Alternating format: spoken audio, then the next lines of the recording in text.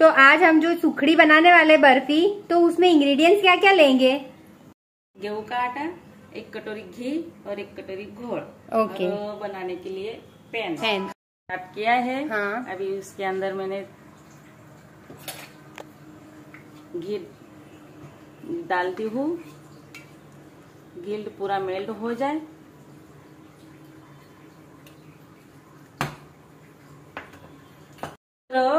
चला मित्रांनो, नमस्कार। आज मी स्वयंपाकाला आलेली आहे। मी इथं अहमदाबादमध्ये राहते। मी स्वयंपाक करायला जाते।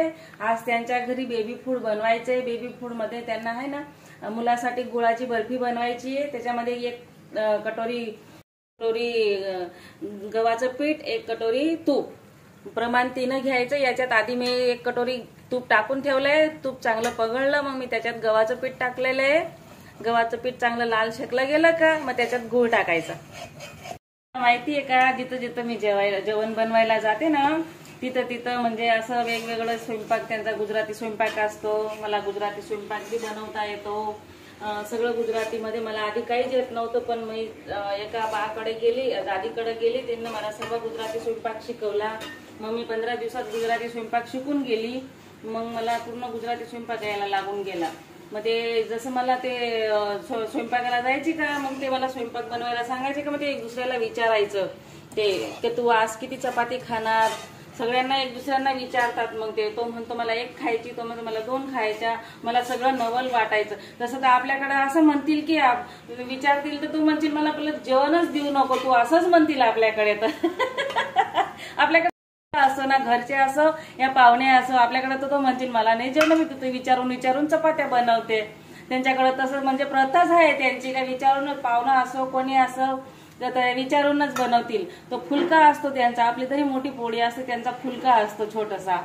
मी गुजरातीमध्ये कोणत्या वस्तूला काय म्हणता काय नाही, पुढच्या व्हिडिओमध्ये मी तुम्हाला जसं जसं व्हिडिओ उतारेल ना तसं हळूहळू तुम्हाला सर्व कोणत्या वस्तूला काय म्हणता कसं म्हणता मी तुम्हाला सर्व सांगेल।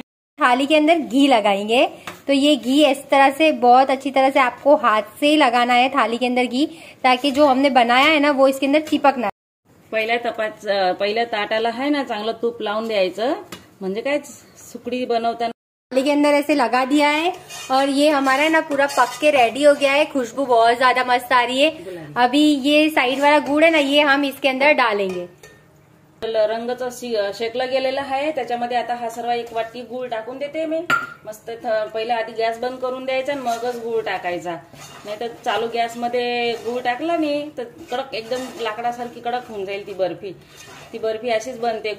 गॅस बंद करून द्यायचा, मग गूळ टाकायचा। गूळ असं एकदम पगळून गेला का मग ताटामध्ये ओतायचं। ना हम इसको है ना बहुत अच्छी तरह से हाथ से ही मतलब मेल्ट करेंगे। गैस बंद करके गुड़ डालना है, तो गुड़ है ना जितना मेल्ट हो जाए ना उतने देर तक हमको इसको अच्छे से हिलाना है। परंतु त्याला असं मस्त एकदम असं हलवायचं, त्याला एकदम सर्व गुळ असं पगळून गेला की मग ताटामध्ये त्याला ओतायचं। हाँ, वो पूरा मेल्ट करके इसके अंदर निकाल लिया है। अब हम इसको मस्त हाथ से फैलाएं। ओतून घेतलं मी त्याला। आता मस्त त्याला असं ताटात पसरून द्यायचं, छान असं मस्त पैकी बारीक बारीक मस्त असं थंड झालं का मस्त असं बारीक बारीक त्याला बर्फी सारखे पीस पाडून खायला इतकी छान लागते ना। तुम्ही एक वखत खरंच एक वेळा तुम्ही खाली बनवून बघा, तुम्हाला खायला आवडेल। मग तुम्ही मला सांगशाल की नाही खरंच काही बनवलं। त्याला कटोरीच्या सायाने आहे ना असं मस्त त्याला एकदम असं वरचा भाग असा हे करून घ्यायचा, क्लीन करून घ्यायचा मस्त, आणि एकदम मस्त थंडगार झालं का मग त्याला असे पीस पाडून द्यायचे बर्फी सारखे, छोटा मोटा जसा तुम्हाला आकार हवा असेल तसा, साइज हवी असेल तशी। वाटकी से ऐसे मिक्स कर देंगे और इसके बाद इसके पीस निकालेंगे छोटे छोटे। आपको जो भी शेप में पीस निकालना है वो आप कर सकते हो, मतलब अगर राउंड करना है, गोल करना है, चौकुट करना है, जो भी शेप आपको पसंद हो वो आप शेप का इसको दे सकते हो। तो ये एक स्वीट डिश हो गई जो बेबी फूड के लिए है। तो बेबी इसको बहुत अच्छी तरह से अगर आप 1 पीस उसको हाथ में दे दोगे ना तो वो खाएगा। बहुत हेल्दी है, न्यूट्रिशन से भरा हुआ है और इसके अंदर घी गुड़ इतनी अच्छी मात्रा में है ना कि बेबी आपका खाएगा ना तो मतलब वो 1-2 घंटे तक आराम से पेट भरा उसका रह सकता है। पीस निकालेंगे।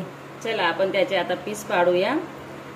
शाळेत जर मुलांना तुम्ही डब्याला हे बी दिलं ना, एक साइड मध्ये तुम्ही जे बी देत असाल रुटीन मध्ये ते त्याच्या साइड मध्ये हे पीस दिला ना तर एकदम 1 किंवा 2 पीस ठेवले ना तर मस्त खाईल बाळ तुमचं। म्हणणार नाही की अख्खा दिवसभर भूक लागली आहे मला।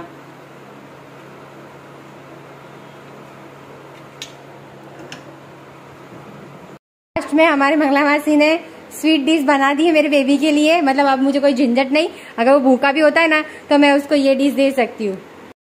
बनवलेलं आहे आता त्यांच्याजवळून मी मस्त 100 रुपये घेईल एका किलोचे